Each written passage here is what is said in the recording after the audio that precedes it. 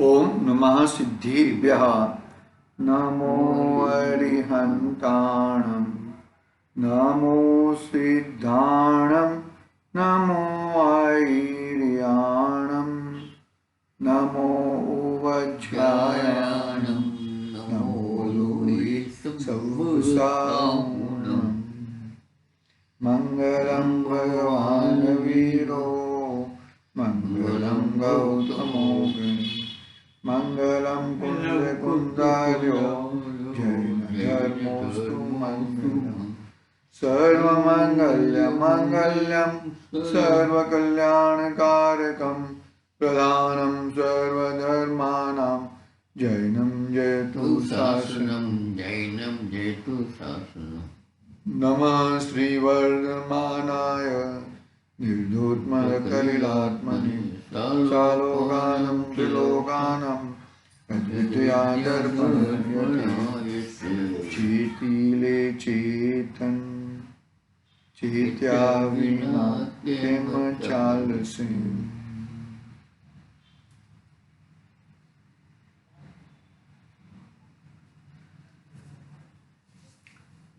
आज श्री रत्नकरण सावकाचार्य नामक महान ग्रंथ है, चरणान योग का महान ग्रंथ है। अहिंसा अणुव्रत की हमने चर्चा प्रारंभ की है। 53 नंबर का श्लोक, पहला अणुव्रत का नाम क्या है? अहिंसा अणुव्रत। तो अहिंसा किसे कहते हैं, कैसी प्रकार की अहिंसा होती है? तो श्रावक की अहिंसा अणुव्रत अलग रहता है और मुनिराज का अहिंसा महाव्रत अलग रहता है। यानी कि बात तो एक ही है, लेकिन मुनिराज एकदम उच्च कक्षा की अहिंसा का पालन करते हैं और श्रावक को थोड़ा छूटछाट मिलती है, वो बाहर की चरणानुयोग के हिसाब से। और अंतरंग से देखा जाए तो अपने आत्मा में मोह राग द्वेष आदि विकारी भाव उत्पन्न नहीं होना, वो अंतरंग अहिंसा है। और अंतरंग में राग द्वेष आदि विकारी भाव का उत्पन्न होना, वो क्या हुआ? वो निरंतर होने वाली हिंसा के परिणाम है। बरोबर है। ऐसे अपने 53 नंबर के श्लोक में 4 प्रकार की हिंसा बताई। इसमें पहले प्रकार की संकल्पी हिंसा, मतलब जो सम्यक दृष्टि ज्ञानी पुरुष हैं, वो कभी संकल्प पूर्वक मैं इसका घात करूंगा, इस प्रकार का संकल्प करके वो कभी हिंसा का आवेश में नहीं आ जाता।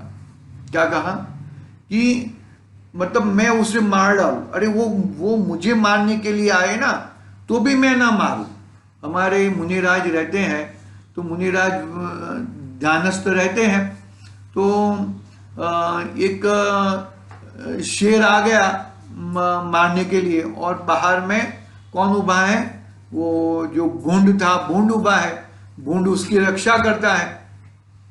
तो यहां पर तो मुनिराज, तो वो मारने वाला भी आया है, उसके प्रति भी द्वेष भाव नहीं, और जो बचाने वाला है उसके प्रति राग भाव नहीं, कि ऐसा उनका जीवन रहता है। मतलब क्या हुआ? यदि अपने मन में राग द्वेष आदि विकारी भाव उत्पन्न हुए, वो हिंसा ही है। अपने मन में जैसे भी राग द्वेष आदि विकारी भाव उत्पन्न हुए, उसका नाम हिंसा कह दिया। यानी कि हमारे चित्त में, हमारे मन में राग द्वेष आदि विकारी भाव उत्पन्न न हो, वही हमारा मेन धर्म है, मेन कार्य है। अन्यथा और कुछ कार्य और धर्म नहीं है। देखो, संकल्प हिंसा के बारे में हमने कल पढ़ा था, और आरंभ हिंसा का एक पैराग्राफ भी पढ़ा था। संकल्प हिंसा में कभी संकल्प नहीं करता, किसी भी प्रकार का संकल्प नहीं करता, मैं ये करूंगा, ऐसा हिंसा का कोई उसका एजेंडा रहता नहीं है। ये हिंसा करूंगा, ऐसा उसका कोई प्रोग्राम रहता नहीं है। ये मारूंगा, ये करूंगा, वो करूंगा, ऐसा उसका रहता नहीं है। बरोबर है, ठीक है। आरंभ हिंसा का त्याग। आरंभ हिंसा का त्याग में हमने कल पढ़ा था कि आरंभी हिंसा का त्याग करने में गृहस्थ समर्थ नहीं है। मुनिराज तो समर्थ है, लेकिन गृहस्थ समर्थ नहीं है। गृहस्थ क्यों नहीं, उसको घर गृहस्थी चलानी है, खाना पकाना है, स्नान करना है। ये जो मेन 5 प्रकार के जो स्थावर है उसका तो घात होने वाला ही है। त्रस से वो बच सकता है, वो भी ज्यादा बचे, कितना बच पाए वो तो वही जाने। हाँ देखो, आरंभ हिंसा का त्याग गृहस्थ को सम्मत नहीं है। वह तो आरंभ में यत्नाचार सहित प्रवर्तता हुआ केवल दया धर्म को नहीं भूलता। किसी के ऊपर दया करना के कभी भूलता नहीं है, निरंतर दया का भाव उसमें रहता ही है। आरंभ किए बिना गृहस्थी को निर्वाह हो सकता नहीं है। कितने ही प्रकार का आरंभ नित्य करना पड़ता है, बहुत सारे प्रकार के आरंभ नित्य करने पड़ते हैं।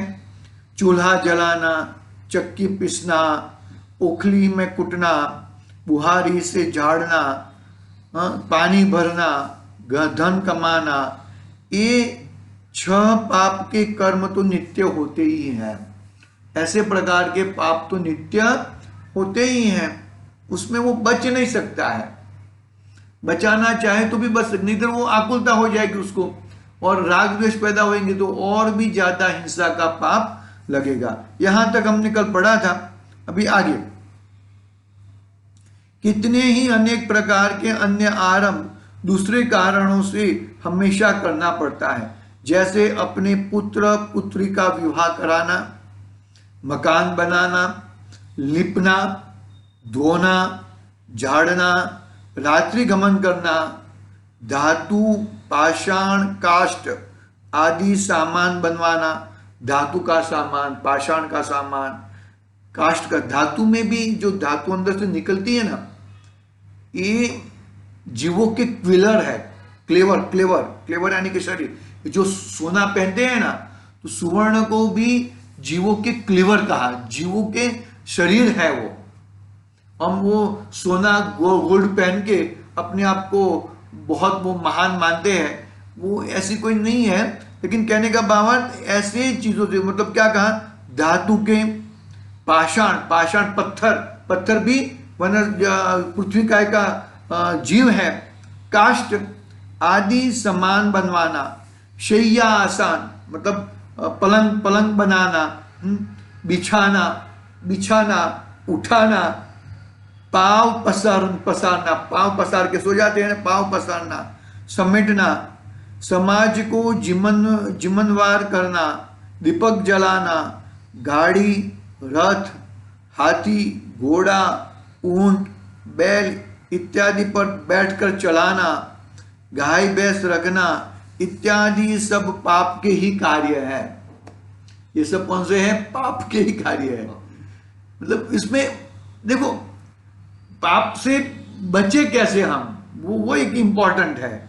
जितना परिग्रह कम रखेंगे ना, इतना, मानो कि 2 गाड़ी है, अभी पहले साइकिल थी, साइकिल के बाद स्कूटर लाए, 2 स्कूटर हो गए, गाड़ी हो गई। तो ये सब क्या है? ये सब अपना हिंसा बढ़ाने के साधन है। हिंसा बढ़ाने के साधन। अभी जैसे कि ये मानो कि अपने दाल में कीड़े पड़ गए, बरोबर है, तो कीड़े पड़ गए तो वो भी एक हिंसा है।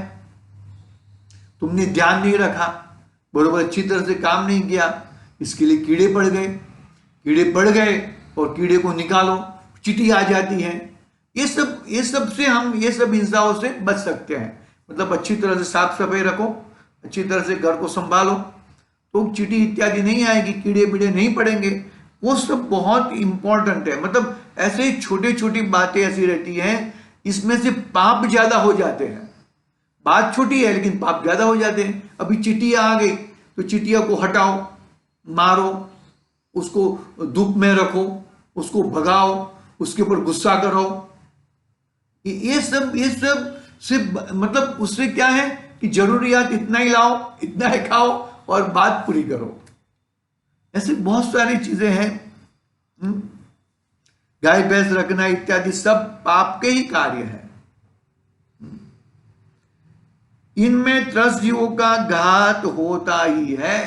ये सब जीवों में, ये सब में ये सब कार्यों में त्रस्त जीवों का घात होता ही है। जिन मंदिर बनवाना, उसमें दान देना, पूजन करना, उनमें भी आरंभ होता है। नहीं देने की बात नहीं है, मंदिर बनाओ, खूब बनाओ, लेकिन ये पाप होता है। पुण्य होता है, उसके सामने पुण्य ज्यादा है तो पाप कम दिखता है, लेकिन पाप होता है, वो बात सही है। मंदिर का जमीन खोदो, त्रस्काय के जीव मर जाते हैं, एक इंद्रिय के जीव मर जाते हैं, वो पाप लगता है, लेकिन उसके सामने पुण्य बहुत ज्यादा है, इसके लिए वो पाप को हम गिनते नहीं हैं। हाँ, तब त्रस हिंसा का त्याग कैसे होता है, उसके उत्तर में बताते हैं सदाशिव दास जी। देखो क्या कहते हैं, त्रस हिंसा का त्याग कैसे करें। अपना परिणाम तो जीव मारना का है ही नहीं। अपना परिणाम में तो जीव को मारना ही नहीं है, कैसा भी करके जीव को बचाना है। जीव मारने के लिए आरंभ करता ही नहीं है। ऐसा राग भाव भी नहीं है कि इस कार्य के करने से कोई जीव मर जाए तो अच्छा है, ऐसा भी विचार नहीं, ऐसा कार्य भी नहीं है। वह तो जीव विराधना से भयभीत होकर गृहस्थी चलाने के लिए आरंभ करता है, जीव मारने के लिए नहीं करता। अपने परिणामों में उठाते धरते हुए, उठते बैठते, लेते देते हुए जीवों की रक्षा करने का ही संकल्प करता है। किधर भी बैठ गए, किधर भी खड़े हो गए। मुनिराज ऐसे बैठते हैं क्या? नहीं बैठेंगे। मुनिराज कितना परिमार्जन करेंगे, बाद में बैठेंगे। हम तो किधर भी बैठ जाते हैं, किधर भी खड़े हो जाते हैं, कुछ भी कर देते हैं, किधर भी वो गद्दी फेंक देते हैं, शास्त्र ऐसे ही रख देते हैं, कुछ भी कर देते हैं। लेते देते हुए रक्षा करने का ही संकल्प करता है। मतलब लेन देन में भी शांति से देते हैं, शांति से लेते हैं। कोई चीज उठाते हैं तो बराबर अच्छी तरह से उठाते हैं, रखते हैं तो साफ सुथराई करके रखते हैं। इस तरह से अपने को करना चाहिए। लेते देते हुए जीवों की रक्षा करने का ही संकल्प करता है, मारने का संकल्प कभी नहीं करता। कभी किसी को इतना भी दुख पहुंचे ऐसा वचन भी नहीं बोलता वो। मारने की बात तो जाने दो, लेकिन वचन भी ऐसे, वचन में भी अच्छे श्रावक के, अच्छे ज्ञानी श्रावक के ऐसे वचन भी नहीं होते कि उसके शब्दों में कोई गड़बड़ आ जाए कि जिसकी वजह से सामने वाला का दिल को दुखे। इस टाइप के वचन भी नहीं बोलता। मारने की बात तो बहुत दूर रही। उससे पाप बंद कैसे होगा? मतलब उसके पाप बंद होता नहीं है। मतलब हम जीव अपने अपने आयु कर्म के अधीन स्वयं ही उत्पन्न होते हैं और मरते हैं। उसके हाथ में कुछ नहीं है। यह तो जितना आरंभ करता है वह सब यत्नाचार पूर्वक दया भाव रूप होकर करता है। जीवों का तो मरना या नहीं मरना तो उसके आयु कर्म के अधीन है। वो तो सिद्धांत आ गया, न मैं किसी को मारता हूं, न मुझे कोई मारता है, मैं किसी को बचा नहीं सकता हूं, कोई मुझे बचा नहीं सकता, मैं किसी को मार नहीं सकता हूं तो बचाऊं कैसे, और किसी को बचाऊं तो मैं उसको मारूं कैसे। तो ऐसे बचाने के भाव, मारने के भाव, वो सब तो मेरे होते ही नहीं है। लेकिन उसका, वो जीव का आयु कर्म के हिसाब से उसका जीना और मरना रहता है। तो क्या हुआ? मेरे हाथ में कुछ भी नहीं है। मतलब मैं जितना आरंभ करूंगा वो हिसाब से मुझे पाप लगेगा। मतलब मेरा यत्नाचार पूर्वक दया भाव रूप होकर करता है। तो भगवान के परमागम में हिंसा होते हुए भी यत्नाचारी को बंद होना नहीं कहा। यत्नाचारी यानी कि बहुत सावचेती पूर्वक। डॉक्टर ऑपरेशन करता है, बरोबर है, डॉक्टर ऑपरेशन करता है तो ऑपरेशन करते करते कोई जीव मर जाए तो उसको हिंसा नहीं लगती है, क्योंकि वो बहुत सावधानी पूर्वक करता है, शांति पूर्वक करता है। लेकिन फिर भी उसका आयुष नहीं था और मर गया, वो बात अलग है। कुछ भी जरा भी प्रॉब्लम हो जाए इस तरह से वो कार्य करता नहीं है।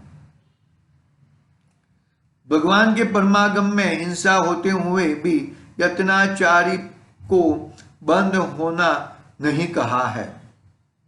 समस्त लोग जीवों से भरा है, हिंसा अहिंसा अपने उपयोग बिना मात्र जीवों के मरने जीने के आधार पर नहीं कही जाती। क्या कहा? समस्त लोग जीवों से भरा है, हिंसा अहिंसा अपने उपयोग बिना मात्र जीवों के मरने जीने के आधार पर नहीं कही जाती। अपने परिणामों के आधार अधीन हिंसा और अहिंसा है, क्योंकि वो सामने वाला जीव का मरण या उसका जिंदा रहना उसका आयु कर्म के अधीन है। उसको मैं मार भी नहीं सकता हूं, बच भी नहीं सकता, लेकिन उसको मारने का, उसको पकड़ने का ऐसा परिणाम मैं जरूर करता हूं, तो मुझे परिणामों का फल मिलता है। मैं जैसा जैसा परिणाम करूंगा ऐसे परिणामों का मुझे फल मिलता है। देखो, हाँ, अपने परिणामों के अधीन हिंसा और अहिंसा है। सिद्धांत ग्रंथ में इस प्रकार का कहा है, यदि कोई मुनिराज 4 हाथ प्रमाण आगे की जमीन को शोधते देखते हुए गमन कर रहे हो तथा जब पैर को उठाकर रख रहे हो उसी समय कोई जीव उछलकर पैर के नीचे आकर गिर पड़े और मर जाए तो मुनिराज को कोई कुछ भी पाप बंद नहीं होता, क्योंकि साधु के चित्त में इरिया समिति को पालन करने का भाव था, इसलिए पाप बंद नहीं होता। आई बात समझ में? इसलिए पाप का बंद नहीं होता। क्यों पाप का बंद? क्योंकि वो तो इरिया समिति पूर्वक 4 हाथ जमीन को देखते हुए शोधते हुए चलते हैं, लेकिन कोई जीव उड़ता उड़ता आके उनके पैर के नीचे आ गया और दब गया, दब जाने से मर गया, तो उसको तो उसका आयु क्षय, आयु पूर्ण हो गया था, इसके लिए मर गया। लेकिन मुनिराज को इसी का किसी भी प्रकार का बंध नहीं लगता। लेकिन यदि ऐसा ही यदि मनुष्य करता हो, श्रावक करता हो, लेकिन उसको पाप लगता है, क्योंकि वो इरिया समिति पूर्वक पालन नहीं करता, 4 हाथ जमीन देखकर चलता नहीं है। इसके लिए हम लोग गए थे ना, हमारे बोरीवली में आपके हैं ना महेंद्र भाई, तो महेंद्र भाई ऐसा प्रवचन सुनते हुए फिर घर पे रात को घर पे जा रहे थे, तो रात को ऐसा चलते चलते बातें भी नहीं करने का। क्यों बातें नहीं करने का? बातें करेंगे तो हमारा ध्यान चुक जाएगा और कोई जीव पैर के नीचे आ जाएगा और मर जाएगा। खुद की अपनी टॉर्च लेके चलते हैं, टॉर्च लेके चलते। क्यों टॉर्च लेके चलते हैं? कि भाई वो कोई जीव मर ना जाए, कोई जीव दब ना जाए। बहुत शांति पूर्वक, इतनी अत्याचार पूर्वक अपना जीवन चलाते हैं जीव कि ना पूछो की बात। अकेला द्रव्यान योग से काम नहीं सकने वाला है। द्रव्यान योग के साथ साथ में चरणान योग चाहिए चाहिए और चाहिए, नहींतर तुम किधर के किधर चले जाओगे। बहुत ही महत्वपूर्ण बात। अकेला चरणान योग भी नहीं चलेगा, अकेला द्रव्यान योग भी नहीं चलेगा। द्रव्यान योग और चरणान योग साथ में चलते हैं, एक साथ में चलते हैं। करणान योग और प्रथमान योग को भले आगे पीछे कोई प्रॉब्लम नहीं है, उसको तो एक्स्ट्रा है वो, उससे कोई, लेकिन तुम्हारा द्रव्यान योग अखंड रखना है, तुम्हारा द्रव्यान योग भगवान आत्मा को अकबंध रखना है, तो चरणान योग साथ में रहना रखना ही पड़ेगा, नहीं तो तुम्हारा कल्याण नहीं अकल्याण हो जाएगा। सम्यक दर्शन तो दूर की बात है, लेकिन तुम बहुत बड़े बड़े ब्रह्म सागर में चले जाओगे। क्योंकि क्या है, द्रव्यान योग पूर्वक तुम्हारा आत्मचिंतन तो है नहीं, सम्यक दर्शन तो है नहीं। अभी सच्चे सच्चे सच्चे ज्ञानी तो तुम बने नहीं हो, तो फिर यदि तुम्हारा चरणान योग भी सच्चा नहीं रहेगा, तो चरणान योग सच्चा होना चाहिए, चरणान योग पूर्वक अपना जीवन होना चाहिए। वे मुनिराज तो प्रासुक आहार जानकर देखकर शोध कर लेते हैं, बरोबर है। कोई अति सूक्ष्म जीव आकर गिर पड़े तो कौन जानता है? यह तो केवल ज्ञानी भगवान ही जानते हैं। आप स्वयं यदि प्रमादी होकर यत्न से शोधे देखे बिना भोजन करते हैं तो दोष से लिप्त होता है। इस प्रकार यदि श्रावक भी प्रमाद छोड़कर बड़ी सावधानी से प्रवर्तन करता है तो कैसे दोष लगेगा? मतलब श्रावक को भी बड़ी सावधानी पूर्वक अपना जीवन चलाना चाहिए, नहींतर बहुत गड़बड़ हो सकती है। वह तो चूल्हे को दिन में सोधकर, झाड़कर, ईंधन झाटक कर यत्न पूर्वक अग्नि जलाता है। इसी तरह चक्की, ओखली भी सोधकर, झाड़कर, अनाज को सोधकर पिसने कुटने का आरंभ करता है। बुना, धुना, बिंदा अनाज के प्रयोग में लेता ही नहीं है। ये जो दाल बिगड़ गई है ना, वो दाल को उपयोग में लेना नहीं चाहिए। दिन में देखकर कोमल, कुंची, मूंज आदि के द्वारा जीवों की विराधना से भय से सहित बुहारी देता है।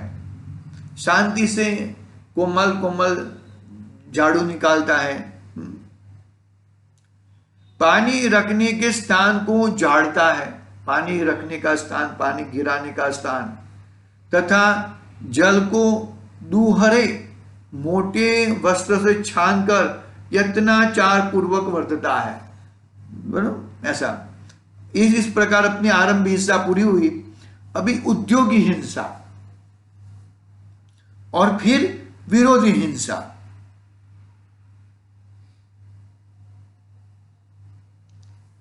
हाँ, उद्योगी हिंसा में क्या है?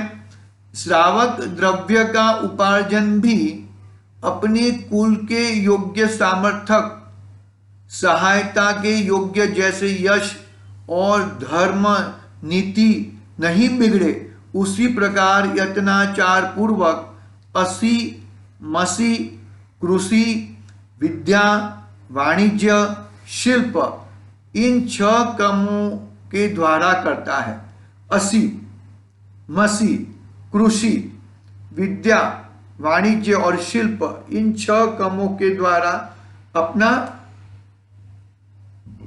जीवन चलाता है, अपनी पैसे कमाने का साधन बनाता है।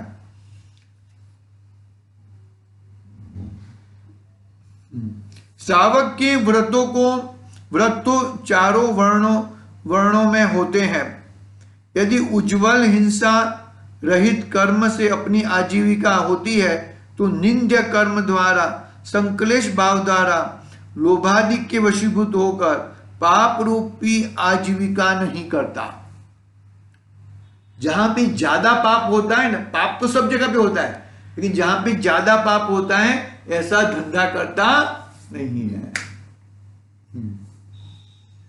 जहां पे कम पाप होता हो इस प्रकार का धंधा करता है, इस प्रकार का आजीविका चलाता है। यदि अपने लिए अन्य उत्तम आजीविका का उपाय नहीं दिखता तो घटाकर कर्म करके पाप से भयभीत होता हुआ न्यायपूर्वक ही करता है। क्या कहा? न्यायपूर्वक ही फिक्स रेट रहता है कि भाई मेरे ये दुकान पे कोई छोटा बच्चा आएगा तो भी उसके लिए रेट एक समान होएगा, उसमें कुछ आगे पीछे गालमेल कुछ होएगा नहीं, सभी एक तरीके, एक ही दाम है सबके लिए, ऐसा न्यायपूर्वक ही करेगा। इस प्रकार उद्योग हिंसा का त्यागी का क्या हुआ? अभी विरोधी हिंसा।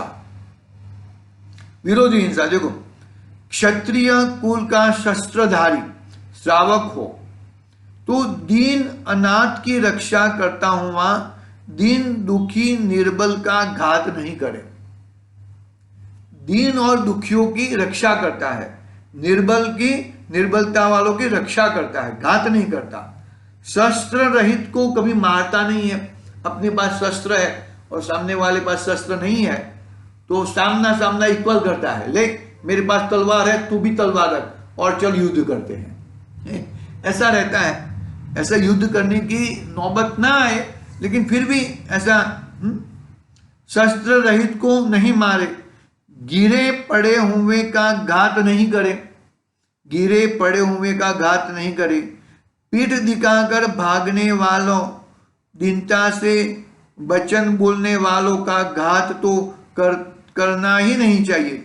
जो भाग रहा है पीठ दिखाकर, बरोबर है, बचना चाहता है, दीनता से वचन बोलने वाले का घात तो करना ही नहीं चाहिए। धन को लुटाने के लिए घात नहीं करे। अभिमान से, बैर से घात नहीं करे। जो अपने ऊपर घात बार करता हुआ आ रहा हो उसको तथा दीनों को मारने को आ रहे हैं उनको शस्त्र से रोके। यदि शस्त्र से आजीविका कर रहा हो तो केवल स्वामी धर्म से तथा अनाथों की रक्षा का भार आप पर हो तो शस्त्र धारण करें। जो शस्त्र संबंधी नौकरी नहीं करता हो तो जिस पर प्रजा की रक्षा का भार स्वामीपना भी नहीं हो उससे व्यर्थ ही शस्त्र धारण नहीं करना चाहिए। ख्याल है ना? ऐसे कैसे किसी को भी शस्त्र धारण करना नहीं चाहिए। जो सिपाही है, जिसको जॉब दिया है, उस प्रकार उसको ही करना चाहिए। इस प्रकार विरोधी हिंसा का त्याग हो गया। अभी स्याही में क्या लिखते देखो, स्याही से न्याय नीति पूर्वक आजीविका करना चाहिए। आदम खर्च लिखने की जीविका हो तो मायाचार आदि दोष रहित होकर स्वामी के कार्य को यथावत सही लिखकर जीविका करना चाहिए। मतलब जो लिखन विखन करते हैं ना, तो गलत गलत खर्चे लिखकर अपना वो करना नहीं चाहिए, ऐसा बोलते हैं। खेती का त्याग करते हैं। खेती का त्याग, माली जाट इत्यादि कुल में यदि अन्य जीविका नहीं हो तो कृषि द्वारा आजीविका करते हुए भी दया धर्म को नहीं छोड़ना चाहिए। जो खेत पहले बोता आया हो उसी का प्रमाण करके अधिक का त्यागी होकर खेती करे। अधिक तृष्णा नहीं करे। उसमें से भी बहुत घटाता हुआ अपनी निंदा करता हुआ खेती करे। बहुत जल सींचता है तो एक चुल्लू भर भी अनछना जल नहीं पीता है। मतलब इस तरह से अपने को बचाए। ठीक है, थोड़ा है पढ़ लेते हैं, फिर कल से पुरुषार्थ सिद्धि उपाय के हैं। एक पैराग्राफ पढ़े हैं, थोड़े बाद 3-4 मिनट है अपने पास, 2-3 मिनट है, पढ़ लेता हूं मैं थोड़ा। कोई आकर बहुत धन भी देवे और कहे कि तुम यहाँ धान्य से बहुत वृक्ष पौधे काटते हो, हमें एक स्वर्ण की मोहर लेकर हमारे वृक्ष की एक डाली ही काट आओ, तो भी वह लोभ के वश होकर कभी नहीं काटता। यानी कि झाड़ को काटता नहीं है। कोई पैसा दे दे, पैसा देके भी, पैसा लेके भी काटता नहीं है। खेती में बहुत जीव मरते हैं तो भी यहाँ इसका जीव को मारने का अभिप्राय नहीं है, केवल आजीविका का अभिप्राय है। कोई 100 मोहर देवे तो भी लोभ के वश होकर अपने संकल्प से एक भी चींटी नहीं मारता है। ऐसे व्रत में दृढ़ता है। उत्तम कुल वाला तो खेती करता ही नहीं है। उत्तम कुल वाला खेती करता नहीं है। जिसके पास अपने पास तो खेत होते हैं तो हम खेत दे देते हैं, हमें खेत की जरूरत नहीं है। इस तरह से है। ठीक है, अभी थोड़ा बचा है, कल पढ़ेंगे। और उसके बाद पुरुषार्थ सिद्धि उपाय, जो बात किया था ना, पुरुषार्थ सिद्धि उपाय आचार्य अमृतचंद्र देव की खुद की जो है, वो ग्रंथ के कोटेशन बहुत सारे श्लोक यहाँ पर लिए हैं, वो कल पढ़ेंगे, फिर आगे बढ़ेंगे। आज के लिए ओम नमः सिद्धि। निज निधि निज में